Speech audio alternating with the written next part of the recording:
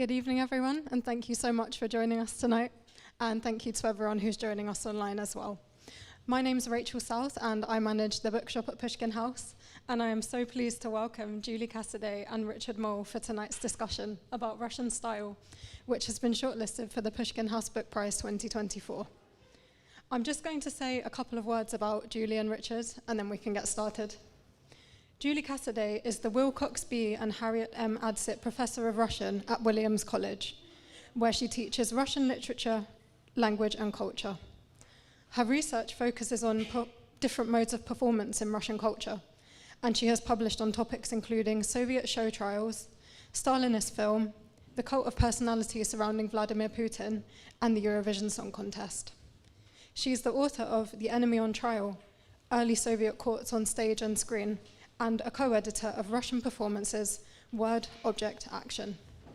She is also a former president of the Association for Slavic, East European, and Eurasian Studies.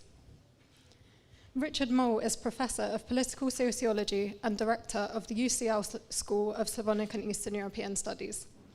His research focuses on the interplay between identity and power, with particular reference to nationalism, populism, sexualities, and migration. He recently explored the intersection between migration and sexuality in a research project on queer migration and asylum in Berlin and London. He is the editor of Soviet and Post-Soviet Sexualities and Queer Migration and Asylum in Europe. So thank you again, both of you, for coming, and thank you to everyone, and we hope you enjoy the talk.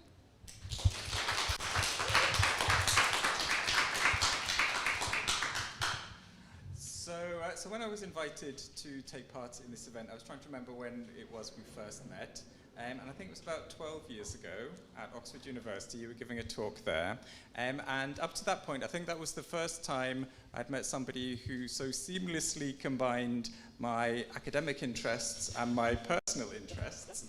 So namely, how politicians cement their power by discursively constructing society so as to legitimize social and political hierarchies, and drag queens. And that talk really brought them together seamlessly. And this is clearly also reflected in this wonderful book as well. So what prompted you to write this book, to bring together these two quite distinct aspects of Russian culture and society? Well, Richard, to be honest, it's a story not unlike your own. I had been watching for many years RuPaul's Drag Race. Who in this room has seen RuPaul's Drag Race? Okay, great. It is the ongoing competition to find America's next drag superstar, and I really enjoyed this television show, and had been watching it for years. And then one year, a dear friend of mine, who is also in our field, however, who specializes in Gulag studies, she and I decided to put a panel together for ACES, or what was then called AAA-SS, this large professional association in our field. And it was really hard to figure out, what are we going to do if she does Gulag studies and I do basically theater and performance? And at that point in time, I was focusing on early 19th century Russian drama. And so we decided, toss both of those out the window and we'll find something different.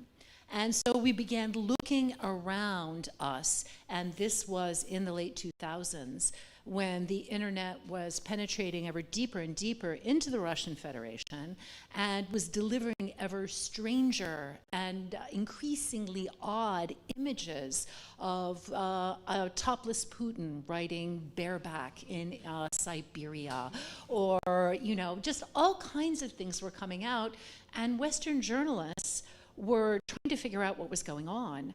And so I suddenly began to look at those images, and I discovered that, yes, in the Russian Federation, like pretty much every other place on the planet, there are drag queens that were performing. And this was also about, at the time, that the one and only feature film that I know of, something called in Russian Veselchiki, or Jolly Fellows, came out. And it was kind of Russia's answer to, sort of Priscilla, Queen of the Desert, or these sorts of films, however, with a very different ending, which I don't need to talk about here.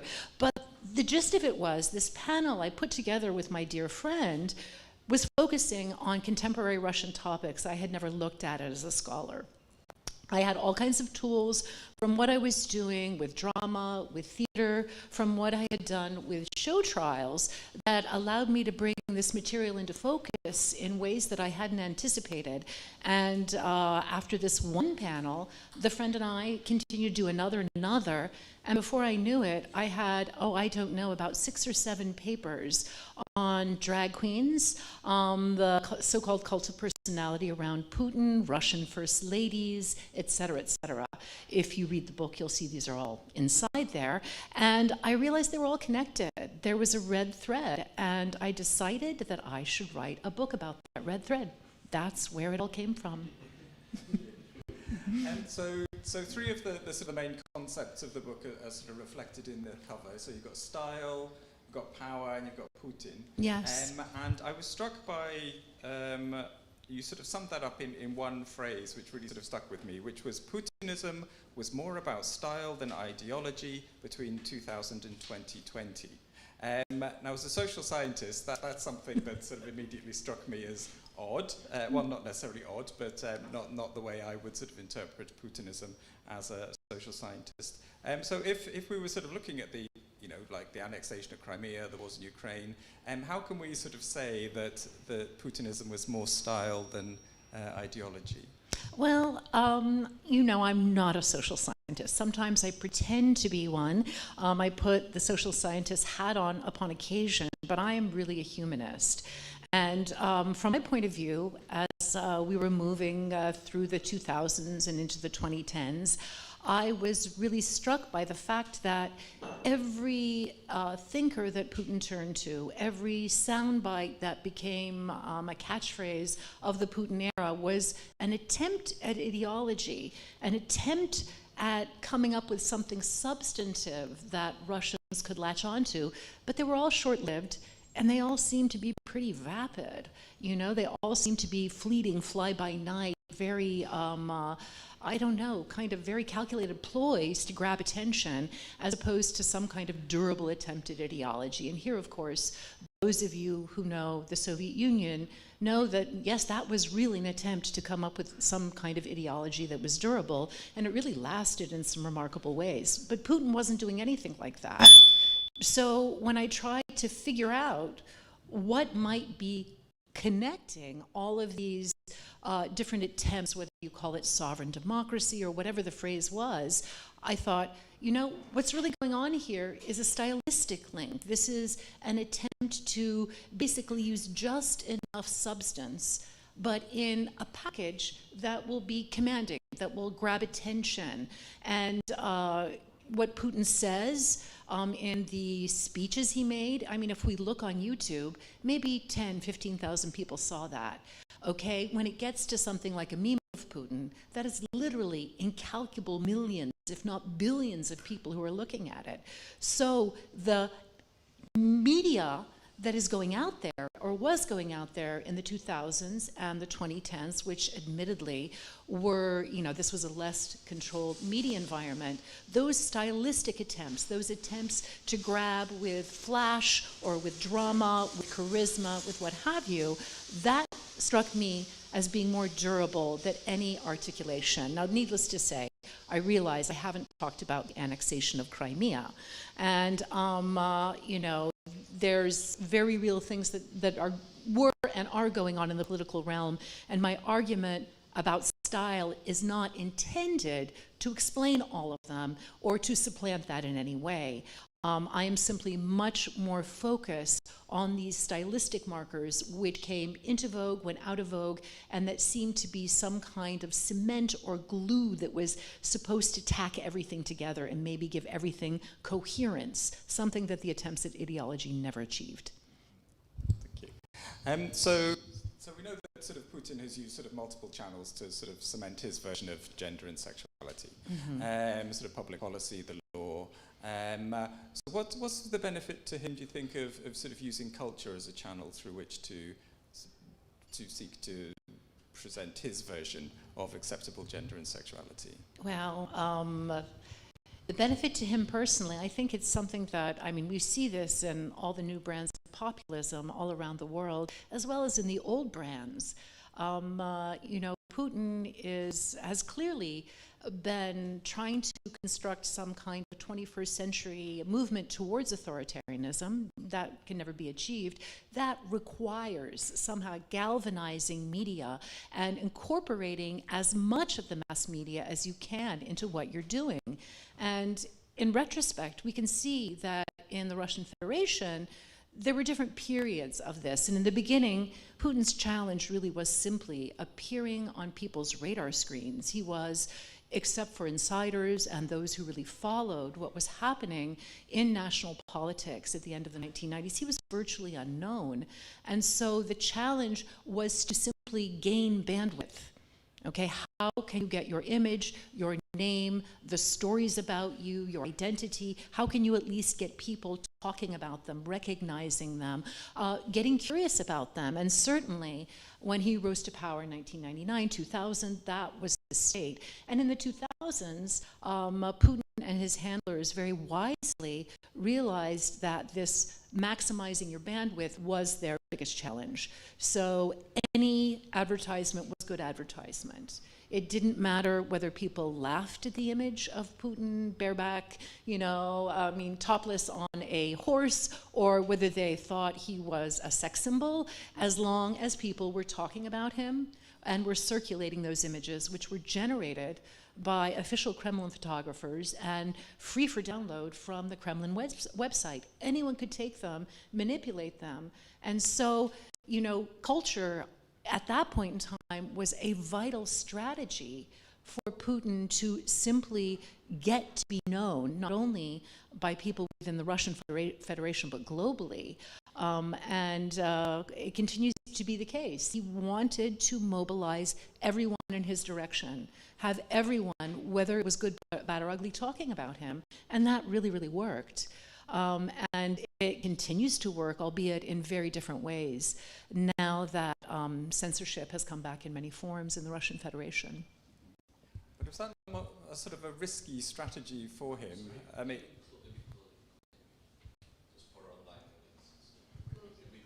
a bit closer, sorry.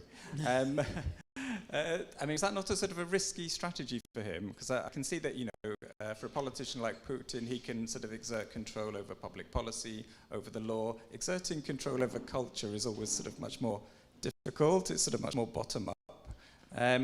Was it not a sort of a double-edged sword for him to sort of use culture as a channel to... Oh, absolutely. There were some pretty famous attempts in which Putin, his handlers, his insiders, tried to basically come up with the illusion of bottom-up culture, which actually was top-down.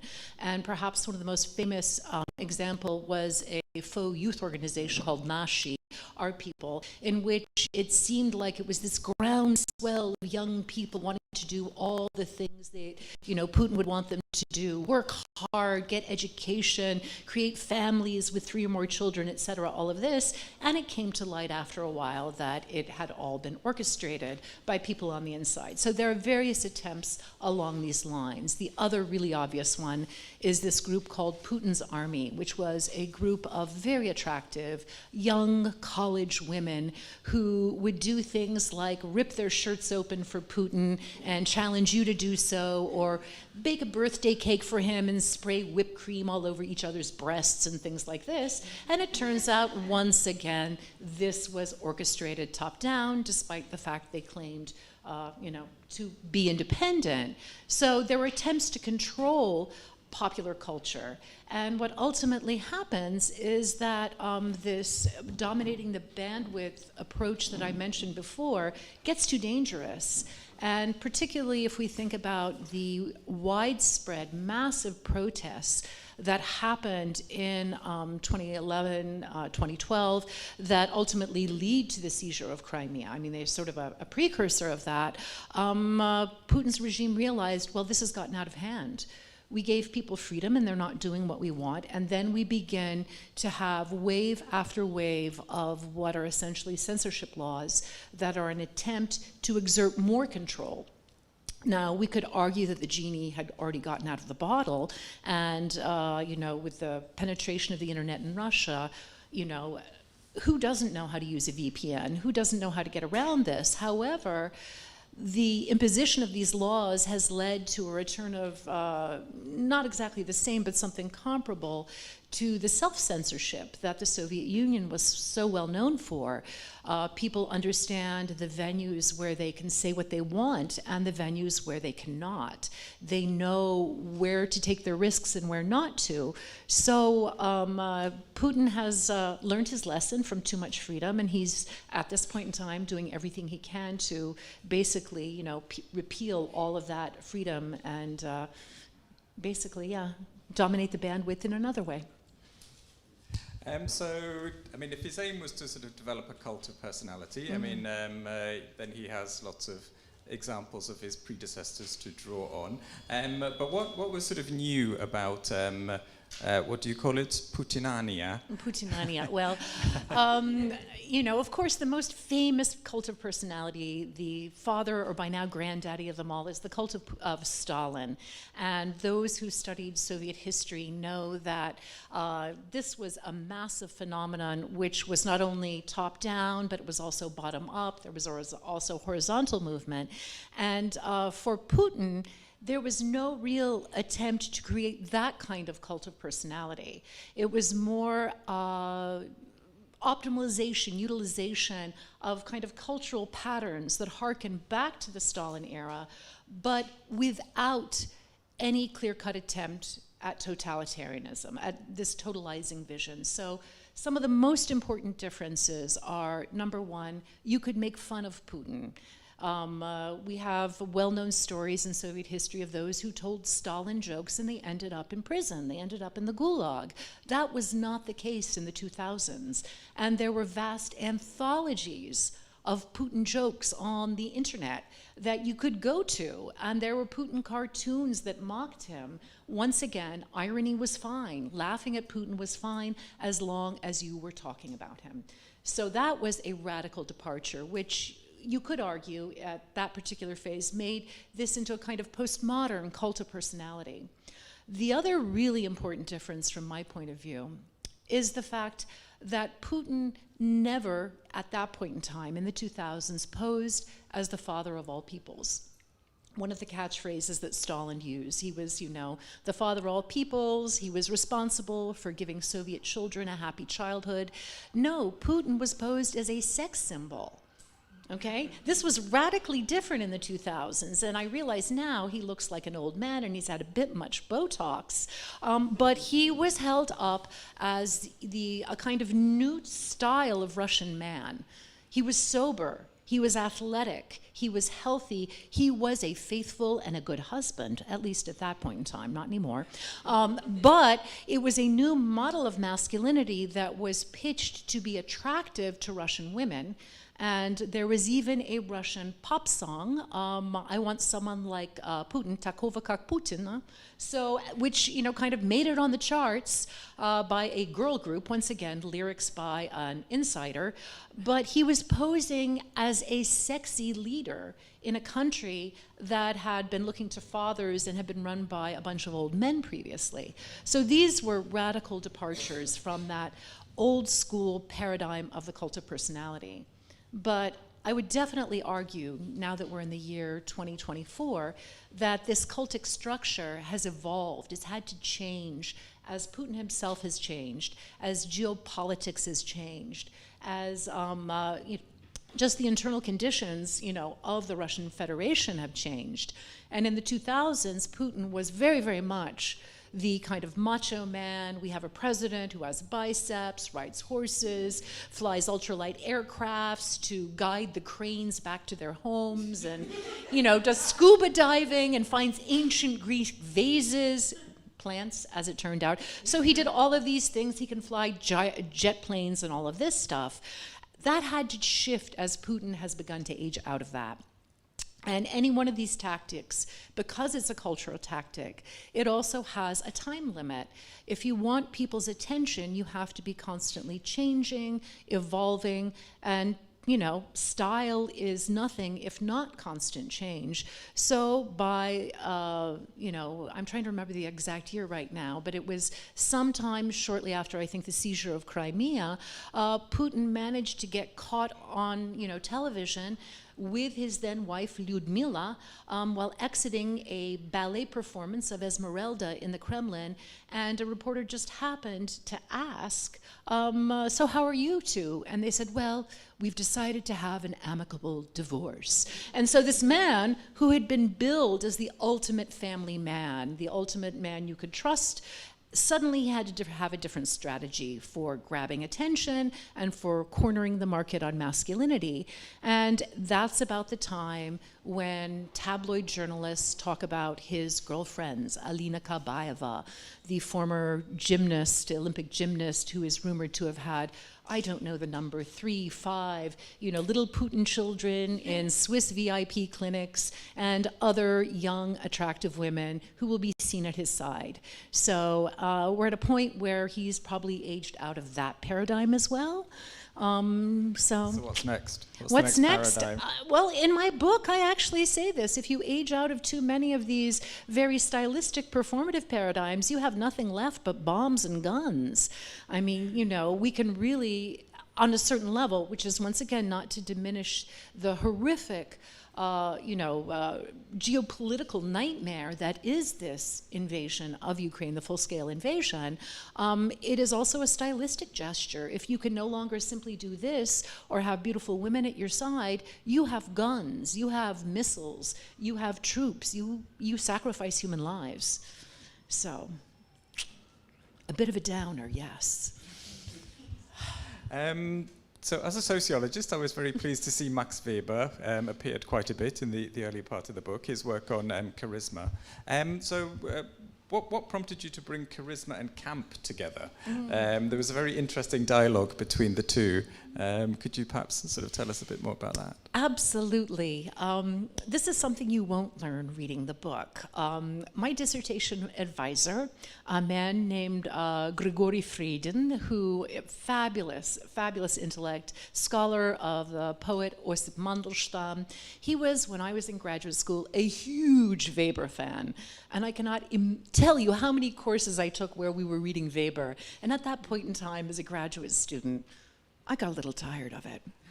So what happened, this Grisha Friedin was retiring, and we, his students, were asked to come back and to present research and papers that would link what we were working on, at that time I was beginning to work on this book project, with what we had learned from him. And I found myself remembering the innumerable times we were talking about charisma, and particularly how he adapted the notion of charisma in his monograph on Mandelstam to a larger model, cultural model. And suddenly, I'm working on drag queens, I've got charisma, suddenly a light bulb went off over my head, and initially I found myself talking about camperisma. Maybe what Putin is doing, this kind of portmanteau, is camperisma. This is a kind of charisma where it doesn't matter if it looks campy or kitschy or weird or strange. People still buy into it. So I have my dissertation advisor to thank for charisma, as well as Max Weber. Thank you. So one of there were sort of several things that sort of leapt off the page to me and sort of really stuck in my head. And one was a claim that Viktor Yerofeev made about Russia in the 90s, that Russia had become trans. Can you explain what he meant by that and what the implications of that are? Well, I can try and explain, but I'll be honest, when I ran into that particular quotation from an interview, I was pretty confused, particularly because, just to be clear, this writer Viktor Yerofeev doesn't only claim trans, but this is that Russia is a woman who's been dressed up as a man. So we're talking about a trans man. So I was kind of, like, what exactly is going on here? What is he trying to say? And it was even stranger because this interview in which he makes this statement appeared on the web portal, which then existed, Queer. Queer was the largest sort of LGBTQ plus web portal at that point in time. So presumably he knew he was talking to an audience that was interested in things queer, interested in things LGBTQ+. And, you know, ultimately, I found myself thinking that this is some kind of very bizarre gesture on Yerofeev's part of transphobia in an attempt to somehow gain a wider fan base. And given that we're talking about Russian culture, which has been notoriously homophobic and has not only politicized but weaponized, I would say, homophobia in the last, 10, 12, 15 years, even on a gay-pitched website expressing transphobia, and in this kind of compensatory way, like, look, I'm putting it way out there, maybe I'm not really as phobic as I am, but when you put this passage in context, Yerofeev is trying to talk about the failures of Russian culture, of Russian society in the post-Soviet era. This is what he's describing. And in the book, I put this together with also his lamentation that Russian men fail at having style, that they're all being dressed by women, okay? And that, you know, this is all, and so I don't know if this is a satisfying explanation, but I think there's some very deep underlying fears and phobias about Russian identity. Is Russian identity somehow coded as feminine? That Россия is that feminine, a matushka, a mother, or something like that? Or are we a fatherland, an отечество, are we masculine? No, it's a nightmare. We've ended up trans. We've ended up somewhere that is neither one or the other. And this, trust me, it's not a celebration of trans identity. This is a deeply phobic concept that he puts out there. Does that answer your question, though, Richard? Yes, yeah. And it sort of it sort of links to the next part of the discussion about the sort of the crisis of masculinity. There was a lot written about that in the 90s, the 2000s, and sort of one of your sort of main arguments is that cisgender travesti sort of helps with the construction of masculine hypergender. It's a sort of response to that. So first of all, could you sort of talk a little bit about that? And secondly, does that mean that Putin does drag? Well, I'll start by answering the last question, yes. Putin has been doing drag for a very long time, I would say. Everything I described to you when I was talking about this cult of personality, its evolution, its different phases, I would say that this is drag. And I realize that, you know, you're probably asking, at least one of you out there is probably asking, well, don't all politicians perform? Don't they all do drag? Context is important here, and this leads me back to the first part of your question. For example, I work and live in the United States, and we have several people who are currently running for president who are doing weird forms of drag. I won't get into them, but they're working in a context that does not require hypergender. So what do I mean by hypergender? In most societies, there are attributes, whether they're physical, whether they're behaviors, gestures, clothing, what have you, that are coded as masculine. There are those that are coded as feminine. And in most societies, there's a nice overlap. For example, maybe men and women can both cry, okay? Or maybe men and women can both be firemen. Okay, so there's an overlap, and you know, while there might be some inequity and men might be perceived as being slightly higher on the social ladder or slightly lower, usually there's some area where we feel there's equity. When we have hypergender, none of that is true. Suddenly, the attributes, whether they're gestures, clothing, or words, whatever, that are masculine are entirely separated from those that are feminine. Not only that, but that hierarchy after that separation gets very distant in comparison to what we might experience whether we're here in the UK or whether we're in North America. So when you have hypergender, when you have masculinity utterly separated from femininity and vice versa, the risk is that any man who might shed a tear, okay, any man who might wear pink socks, okay, whatever we want to choose, whatever falls in the realm of the feminine, is suddenly tainting all of his masculinity, and the entire thing comes crushing down. Okay, so as a result, you need to craft very careful performances where any taint of femininity is eliminated from masculinity. And that's where you end up with drag. It's so over the top, it's so all-encompassing that it's virtually impossible not to see its performativity from the get-go. So it's also very, very fragile because femininity is everywhere, and particularly in Russian culture, where there are certain myths about the strength of Russian women. You can ask many Russians, oh yes, women are physically stronger and biologically better and psychically more durable than men. Some will say this, some believe this. Okay, so any taint of that feminine can bring the entire structure crashing down, so that's when we end up with drag. It has to be an over-the-top performance, and it has a defensive nature as well. I put my good front forward, whether I am the fully feminine Russian woman or the fully masculine Russian man, so that you cannot attack me, and you cannot judge that my performance of my gender has been anything less than flawless. So yes, I think Putin is performing cisgender drag all the time, and this gets harder and harder the older and older he gets. What I found really interesting was that when you then discuss cross-gender drag, you also say that that's not, I mean, in the West, that's sort of seen drag as a sort of a way to subvert gender norms. But you argue that it's sort of also contributing to this idea of hypergender. Could you explain the difference then for...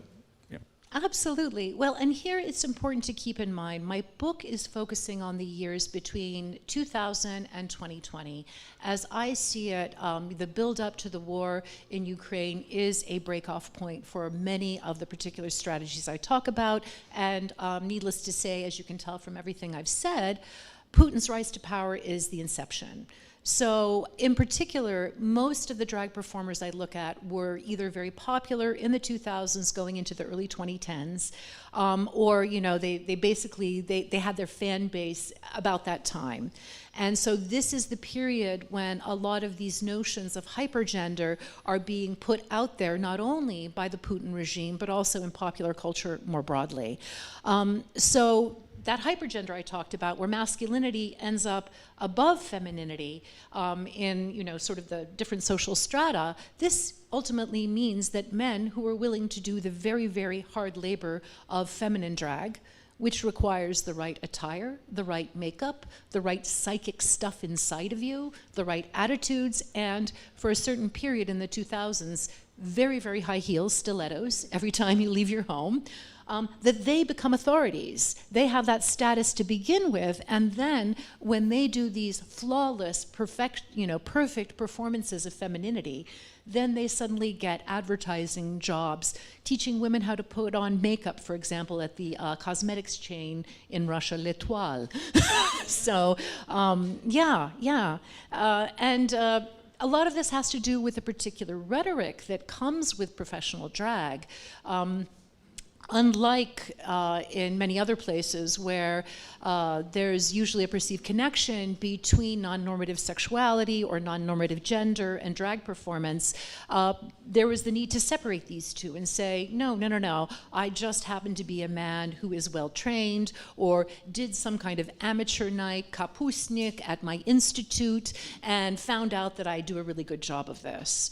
And there's a labor discourse, the intensiveness of what I do. This takes me thousands of dollars in sequined costumes. This takes me hundreds of hours of, rehearsal, and I have to wear high-heeled, and all of this. So it becomes a very different thing than what we might, associate in different countries with drag culture, which really often has a tie-in with LGBTQ plus identity and finds its most avid fan base there, usually.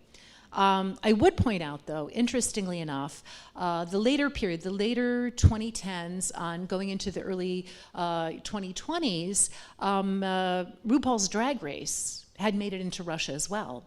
And so the culture and even the terminology around drag that emerges in the late 2010s going into the 2020s changes, and there is much more of the type of drag that we would probably recognize as not only clearly but deliberately, in a very studied way, gender subversive, sexuality subversive, and there's a lot more variety. It tends to be less along the line of what you might know as a pantomime dame, someone like Verka Serdyuchka. Who knows the Andrei Danilko? Very famous post-Soviet performer who came up with a persona, Verka Serdyuchka, and let's put it this way. This is not Marilyn Monroe sexy, okay? It's a sort of abject femininity, large, obviously false breasts, kind of very, very tacky, posh list, all of this stuff. And so that was the dominant paradigm for many, many years in the Russian Federation, and that changed with the penetration of RuPaul's Drag Race and also greater contact with LGBTQ communities outside of the Russian Federation and drag cultures, for example, in Thailand, in North America, in Western Europe. But, so this is Zaza Napoli. Yes. So she doesn't seem a Vera Serduchka type of drag queen from looking at her, or well, her femininity is more polished than Verka Serdyuchka's. She uses beautiful, like professional silicone breastplates. So her bosom is much more realistic. If you watch her videos and her performances, the song she sings, the kind of joke she tells, it's all about bad taste, off color. It's very, very kitschy. So I would actually place much of her work closer to Verka Serdyuchka than I would to, to very kind of fishy drag queens. Yeah. Because we both watch RuPaul's Drag Race, and I watched I don't think you've seen the UK version? No, sadly no. It's on my to-watch list. Okay. But to me, at least, there seems to be quite a difference between UK drag queens and US drag queens. So there seems to be some sort of national culture which sort of marks them out. What would be the main aspect of Russian drag, do you think, that sort of is different perhaps from American drag? Well, once again, I think that depends on what time period we're talking about, and the roots of drag performance in Russia go back very deep, and in the historical record we know that the introduction of professional theater in the Russian Empire in the 18th century, early 19th century actually brought travesti as a form of performance, and that is another loan word from Italian, and also French. And there was a rich tradition of men putting on women's clothing for a gag, and similarly in the Soviet Union and up to the present day, a rich tradition of professional women actors dressing as boys for children's theater. So I would say that those forms of drag survived through the Soviet Union. In the late Soviet era, we get the return of what we would probably consider the pantomime dame, someone like Dame Edna Everage, if you know who she is, in acts that are basically men kind of doing these kind of campy, lower class women, and this is something that goes out on Soviet television and makes it into the post-Soviet era. And the really big changes probably happen with there's one particular artist, Vladislav Mamyshev-Monroe. I don't know if anyone's heard of him, but he was a performance artist who basically did drag of everyone. His two iconic figures being Marilyn Monroe, hence his double-barreled last name, Mamyshev-Monroe, and, believe it or not, Adolf Hitler. Okay, and no, I know it sounds very odd, but he has this very sort of wacky, tongue-in-cheek philosophy of how he will channel the kind of masculine purity of Marilyn Monroe at the same time that he channels the negative, toxic masculinity of Hitler and somehow purge the world of everything that's bad. Well, that didn't happen. However, he's the one who really opened the door to alternative forms of drag that went far beyond what was happening on the professional stage, what survived the Soviet era. And if you're asking for today's national characteristics of drag, I would say that the Russian drag that before, basically things had been shut down because of the full-scale invasion of Ukraine, that it was much more international, and that it's very hard for me to say that there is one national trend, because clearly many of the drag performers in the 2010s, they really were looking to a model in East Asia influenced by, Thailand and things like this, while others were very identified with what was going on with RuPaul's Drag Race. So there was so much variety, I really am having difficulty saying there was only one trend. Yeah. But there was a quote which I found really interesting from Vitaly Milonov, the godfather of the gay propaganda law, who seemed to be a fan of Vera Serduchka. He said all other drag queens should be sent to prison apart from Verka Serduchka. Yeah. Do we have any idea as to why that would be the case? Vitaly Milonov, I would never want to second guess. I don't think I can even begin to imagine what drives a man who thrives so much on homophobia and hatred of other people.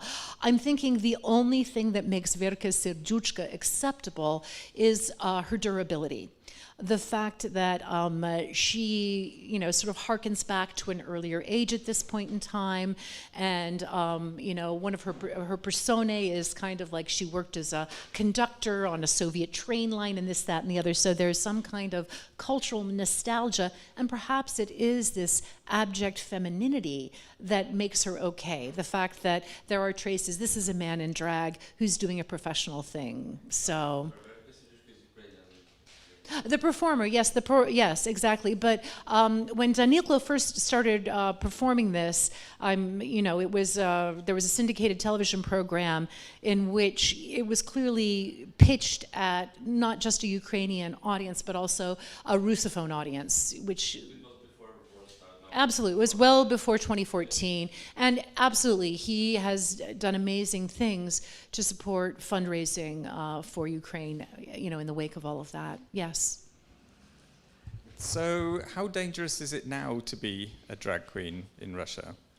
I have to imagine that it's pretty dangerous, but I continue to be amazed by the fact that there are certain things going on in the Russian Federation, and I do not have my finger on the pulse of all of these drag performers, sadly. I mean, they really are scattered in every single, major city that I know of. I've heard of drag performers, but people are somehow figuring out how to live their lives, despite the fact that the gay propaganda law initially passed in 2013 has now been made global, applies not only to minors, but to people of all ages, and has specifically transphobic language in it. And people continue to figure out how to support their communities. I suppose if you can mark what you're doing for 18 plus, that is, those, and have enough disclaimers, you can continue doing what you want. But I have to imagine that this is extremely difficult, and that many of these people have very wisely decided to leave the Russian Federation. Although we're seeing lots of sort of anti-drag and anti-trans legislation going through, particularly through the American sort of court system at the moment. So yeah. Very difficult. Yes. So just to you were talking about the laws, which obviously have had a sort of a terrible impact. Is this? I mean, this must be not just having an impact on sort of drag arts, but sort of on sort of queer performativity more generally. Do you know how the queer community is sort of subverting, sort of working their way around these laws? Well. Once again, we have to put it in the sort of context of what time period, because the laws have changed so drastically with the full-scale invasion of Ukraine. But it's not only my opinion, but several other prominent scholars from sociology, history, and what have you have talked about how the initial impact of this gay propaganda law when it was first passed was not to make Russia any straighter, and this is paraphrasing Dan Healy, the historian, but to make Russia much queerer. And as I see it, one of the most dramatic things that the gay propaganda law has done has developed a sort of queer sensibility.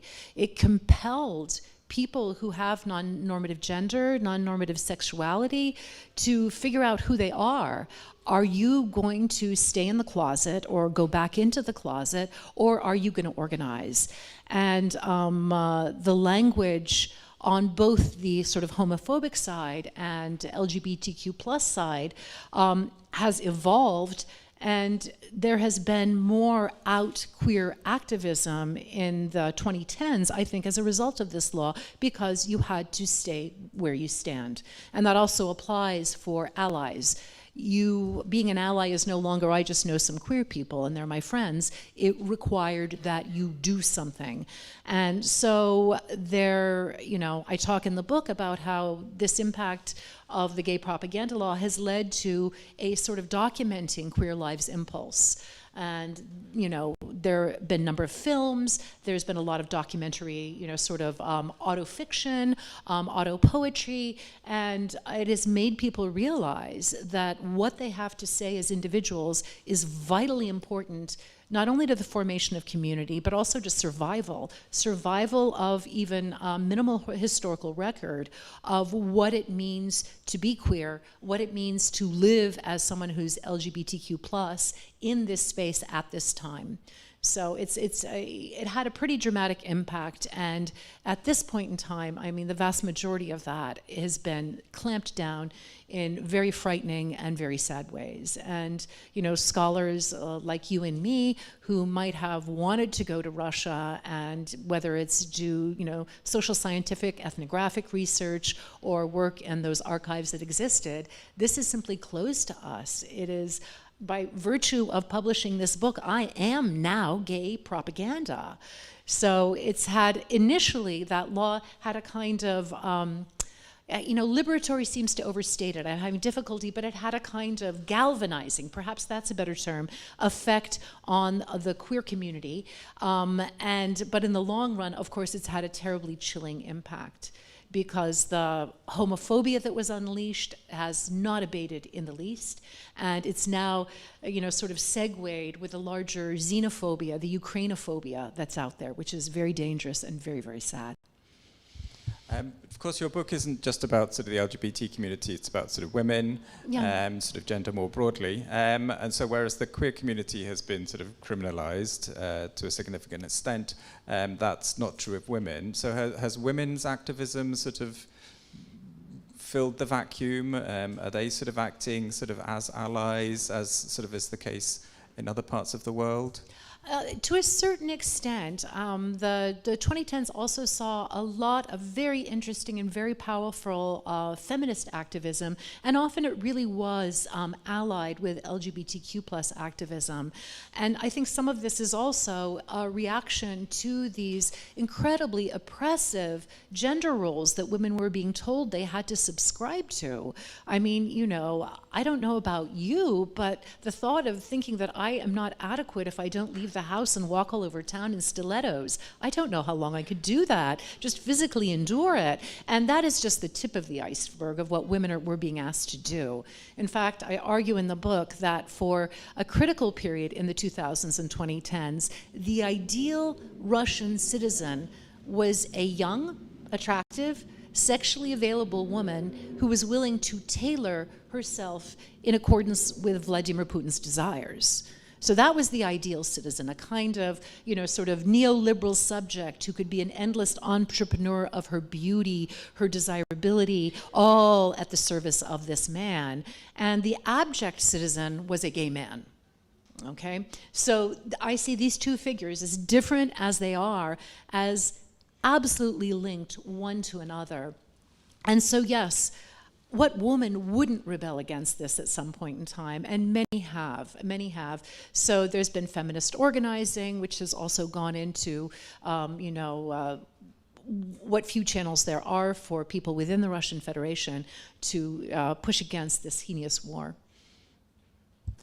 I absolutely loved reading your book. Thank you so much for sort of having this conversation with me. And I think we're now going to throw the floor open to questions from the room and from online. Is that possible as well? Yes? Wonderful. Okay, well, great, and let me thank you, Richard, and let me thank everybody here, as well as Pushkin House. It's such a joy to see you interested in this. It's such a pleasure for me to talk about my work and to see that people are interested in this, and, you know, maybe not as much as me, but in many of the similar ways.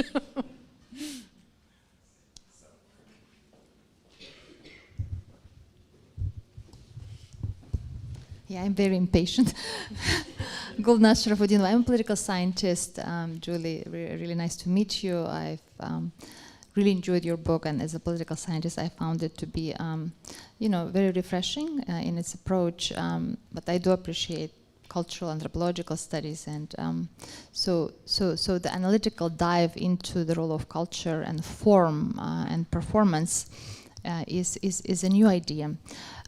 Nonetheless, I have two questions. One is, you must have read Valerie Sperling's Sex, Politics, and Putin, and yours is very much along the same line, but with very different sort of analytical approach. And I wonder how you compare or what you think, because she's a social scientist, she's a political scientist, so without your preparation, without your attention to culture and forms over substance, I think, looks more into substance and sociological issues and, women's movements, etc. So I wonder how you compare, the titles are very similar, right? Like, these could be the same, but of course focus is on performance. So that's my first question.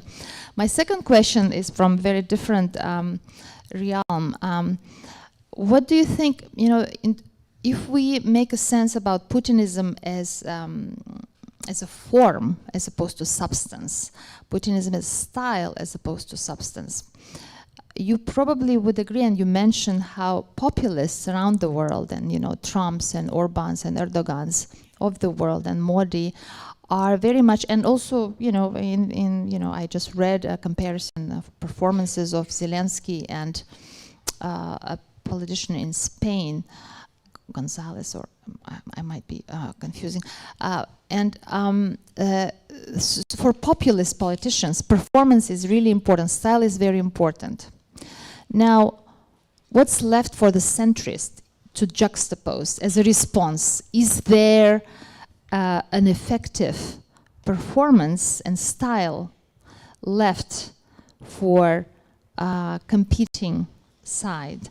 That is to say, if we are in the context of performance and form being important because of media, because media is the message these days, if that is your message, then there should be an answer for the centrist politicians, or for, what can counter populism.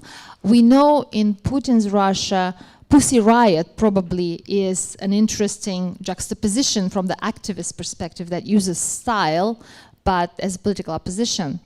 But for European, for Western countries, are there cases of successful, effective uses of performance to respond to populist performance that plays on the ideas that Putin's plays on as well? Oh, your second question is a wonderful one. I'll start with the first one, because that is so much easier for me to answer. But I have some things to say about the second question. So Valerie Sperling, if you haven't read her book, it's fabulous. And it was in many ways an inspiration and helped me to find some of the first, sort of case studies that I might look at. And indeed, she is very much the political scientist, and it includes ethnographic interviews with feminists from that particular era. The big difference, I think, between my work and hers, I really am trained as a humanist. So what I'm interested in are to put it briefly, the myths that popular culture deals in. And those myths are very powerful, and they are very rapidly fluctuating.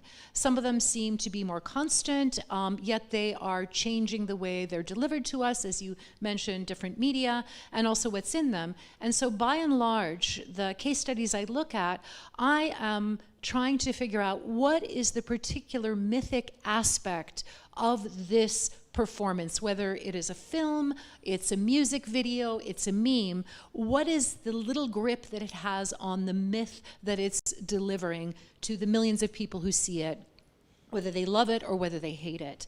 And that is something that I think Valerie Sperling only touches on briefly when she goes over kind of early performances in the 2000s of the over-the-top Putin masculinity. Clearly, all of the scholars, all of us, there's quite a handful of them who discuss that, we're going to be talking about some of the same things. But I was interested in taking not only those, sort of individual mythic chunks of replete masculinity, Putin as the total man, but also linking them up with, as I was just saying, what's going on with Russian women?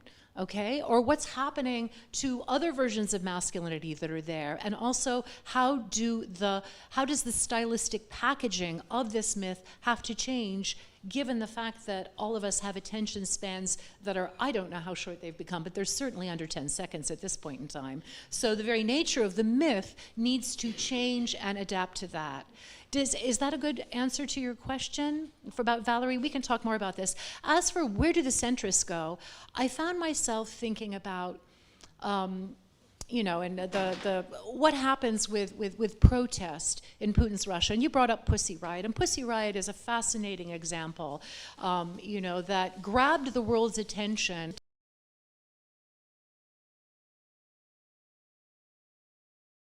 Most Russians thought these were naughty girls that had to be spanked. It didn't, these women who, from my perspective, were being so bold and so brave and speaking to power in a way that was so powerful, it didn't have the impact, and on the contrary, unfortunately led to one of the first pieces of this, what would become wave after wave of, in essence, censorship legislation. Then I found myself thinking of Alexei Navalny, who very sadly died, and how he used his own style to try and create some form of opposition within the Russian Federation, and it was no less ironic than some of what was going on, excuse me, with Putin's style early on, but it was timed differently. And this has not led, this is a very tough question. And when you initially asked, what is effective, I found myself thinking maybe the question should be centrist opposition. Yes, it's going to have to rely on style as well if it wants to gain that, 8 to 10 seconds of attention we have. However, maybe instead of effective, we should be thinking of affective. These populist politicians, the first thing they mobilize, without exception, is hatred. And hatred links to anger, links to disgust, links to that whole host of ugly feelings that are highly motivating, yet incredibly toxic. So the question for me would be, how do the centrist politicians, how can we mobilize affects that are more productive? Whether that is, the big one, love, When was the last time we heard a politician who could, make us acknowledge that we need a compassionate, empathic relationship? It's a highly contested zone of discourse, at least where I am in the United States at this point in time. But I would ask about that. I don't have any easy remedy for what that looks like, what we should call that style. Maybe what we need to do is figure out who those centrist politicians are, who have managed to, for whatever period of time, grab the public's attention effectively and figure out how did they tap into a powerful human affect, because that's what motivates us, whether it's the hatred or the love, that's what's going to move us. And who's doing that? What are they doing so that we can actually band together once again in groups that compete against the millions of people who follow the Bolsonaros and the Putins and the Orbans, etc. I don't know if that's a satisfying answer for that question, but you're asking a very important one.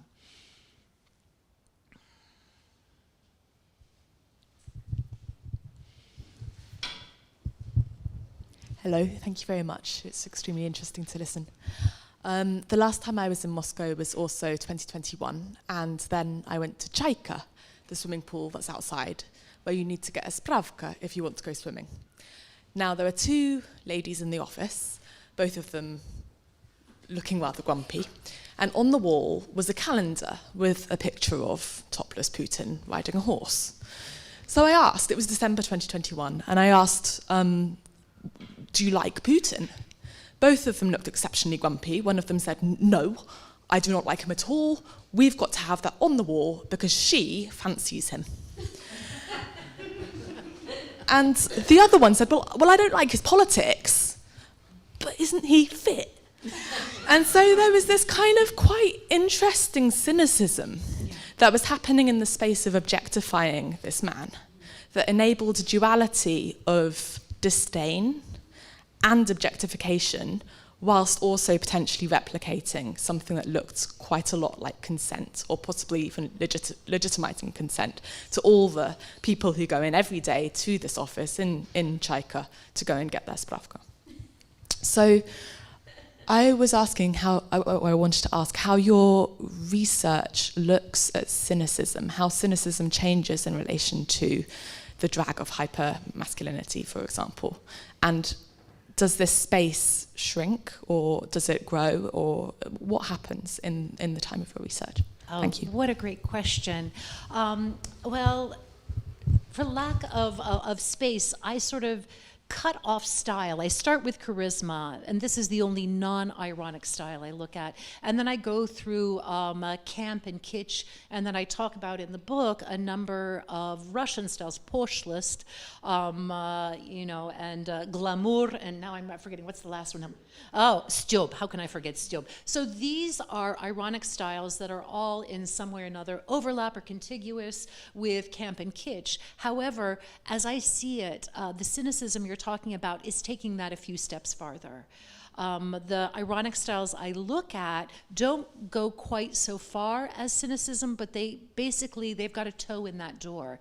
And I would anticipate, if I were to do the same kind of research, I would find that the 20 teens are when that cynicism comes in. And the cynicism, I think I would argue, serves the same function, which is simply to disengage people from the political.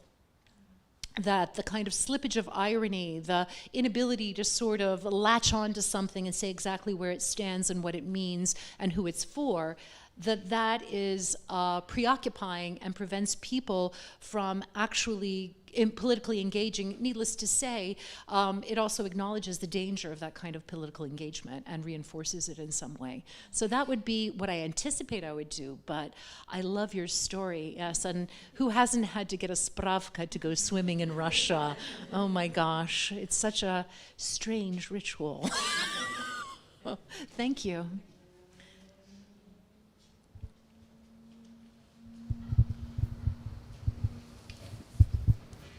Thank you for your talk. I had a question about the, I think, first part of your speech where you were talking about personality cult in Russia.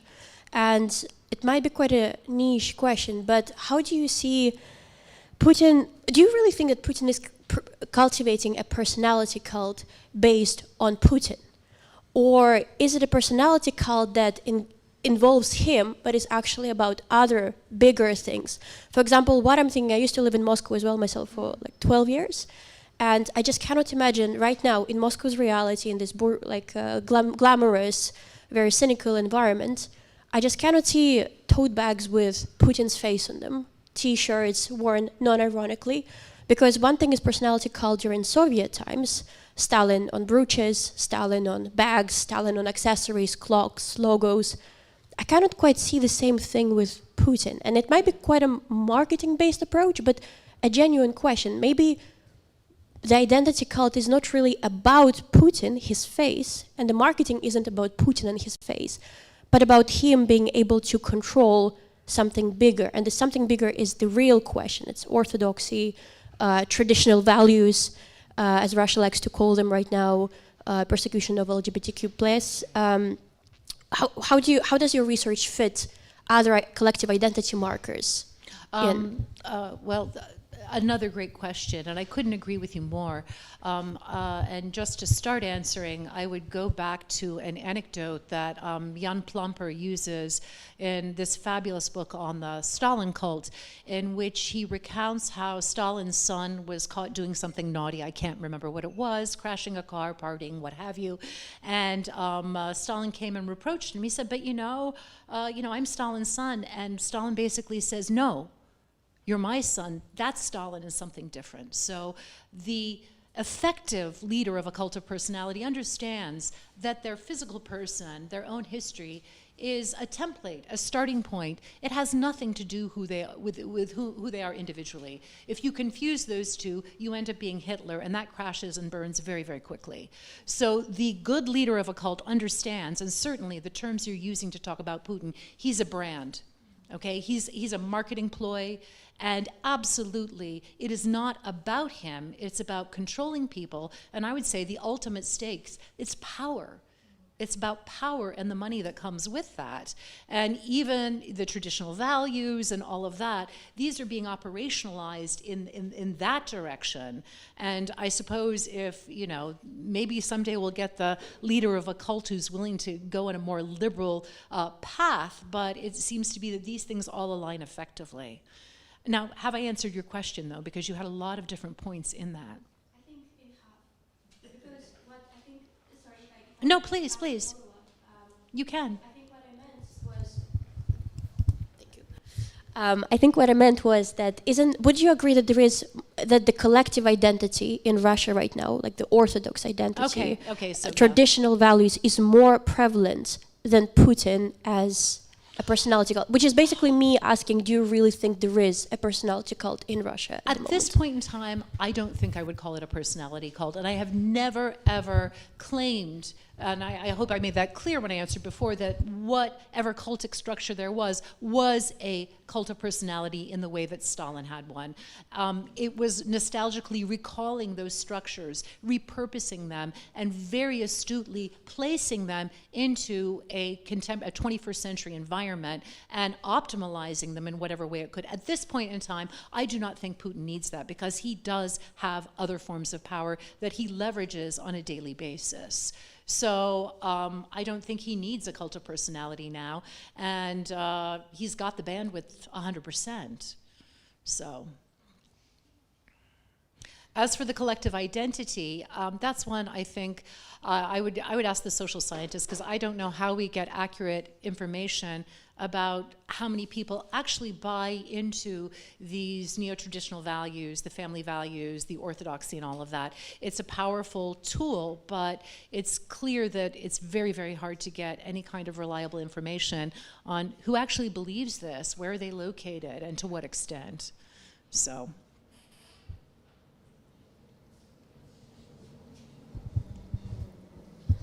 Thank you very much for the talk. I just wanted to ask, what do you think it is about gender that creates such like polarization between love and hate?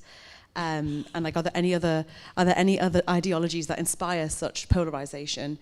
And kind of to follow on from that, do you believe that gender, or like the rejection of gender ideologies, i.e. biological essentialism, is actually fundamental to, like a fundamental tool or trait, like that kind of idea, to populism as well?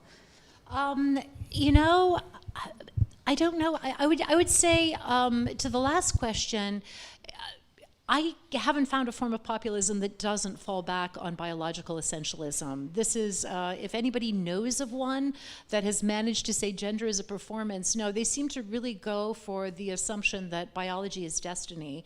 And some of that has to do with the fact that they're so interested in talking about destiny all the time, period. As I see it, a lot of this, I mean, this has been around for many, many years, but the kind of, you know, the polarized thinking about gender, it's a post-Enlightenment product that has been imported, adapted, and sort of hard-baked into most forms of citizenship that we know about at this point in time. So you're asking a very large question, and chances are it's probably better for us to talk about the theorists who kind of imagine this and push back against it and the ways they go about doing that. But it's a very hard thing to push against because it does appear to be ubiquitous. Yeah.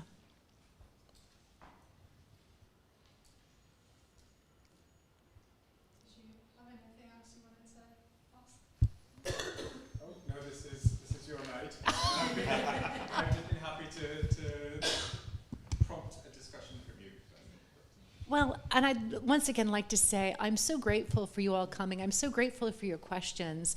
I've never been at something like this where I don't get so much food for thought and so many new ideas for what I should be looking at and where my research should be going. So thank you very much. I really appreciate it.